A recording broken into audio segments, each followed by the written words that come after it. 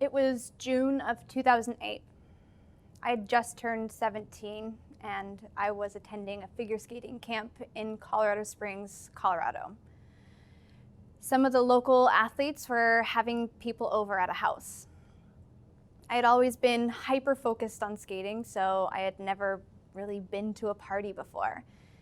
I knew everyone there, so it felt like it was okay to have a little fun. I also had never had anything to drink before, but all of my friends were having some, and I was curious. I wanted to fit in. As the party wound down, no one could drive me back to the hotel where I was staying, so a few other girls and I had to spend the night. It felt safe. My friends were there. I was offered up a bed that I didn't think twice about taking, and I soon drifted off to sleep. It was the middle of the night when I felt him crawl into my bed. I had been sleeping and I didn't move because I didn't understand what it meant. I thought he just wanted a place to sleep. But then he started kissing my neck. I pretended to be deep asleep, hoping he would stop. He didn't. When his hands started to wander, when he started touching me, groping my body, I tried to shift around so that he would think I was waking up and he would stop. He didn't. Looking back now, I didn't understand that his hands knew the way around a woman's body because he was 22. He was a man. But I was just a girl. When he continued to wander further over my body, I started to get scared because he was so much bigger than I was. I didn't know if I could push him off of me. I just continued to lie there, pretending to be asleep, hoping that he would get bored and go somewhere else. He didn't. I then felt myself starting to cry, and I knew I had to make a choice. I opened my eyes and I pulled away from him as he kissed my neck. I grabbed his invading hand and I told him to stop. And he did. He looked at me for a few seconds, quietly got up and left the room. All of this happened over the period of about 5 minutes. And that is such a small amount of time, but it's haunted me ever since. The next morning, he acted like nothing happened, so I acted like nothing happened. I thought that maybe I had misinterpreted it all. In 2008, I didn't have the knowledge and empowerment that came along with the Me Too movement. No one had explained consent to me. Something that was so ambiguous is very clear now. I was sexually assaulted. As the days went by, I told 2 people close to me about what happened, but otherwise I didn't say or do anything else. I just wanted it to go away. I come from a military family, and I was trained to put my head down and keep going in the face of adversity. I also was afraid that if I told my parents, they would get mad at me for being at a party, so I kept quiet. There was also this. I was a young skater coming up through the ranks in a judged sport. I didn't want to stir the pot. I didn't want to add anything to my career that would make me seem undesirable or dramatic. I didn't want to be known in figure skating as the athlete who would cause any trouble. And I genuinely didn't feel like anyone would listen to me anyway.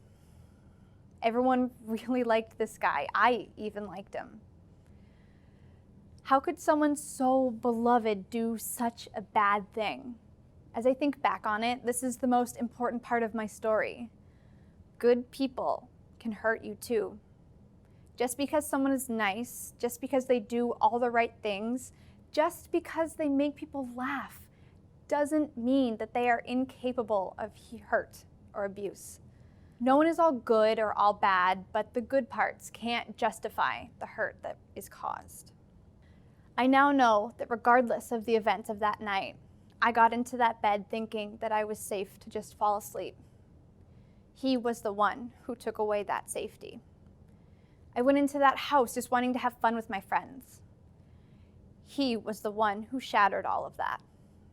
Going to that party in no way, shape, or form gave that man permission to touch me.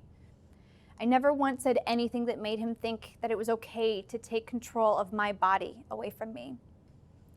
My presence at a party does not imply my consent.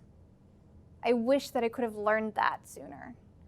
The years of guilt that I have felt should not have rested on me, but on him. I was sexually assaulted by John Coughlin. Over the past few months, as I decided to tell this story, I have wrestled with using John's name. He was a prominent figure skater who died by suicide in January, and so I fully understand the issues with naming him. But a name can shape so much of how my story is perceived. Without it, I know people will question my credibility. But this is not about a name. This is about the environment that allowed for that act to happen. I want the issue to feel real to people and for them to understand the dynamics of my sport, where uncomfortable power imbalances thrive to this day. Athletes at the elite level have long been celebrated for their physical talent and abilities. I competed at that level for 15 years, from the age of 13 to the age of 27. Talent and ability, not age, place you into your social circle. It is not normal for kids and teenagers to be in the same social environment as adults, but in figure skating it happens all the time.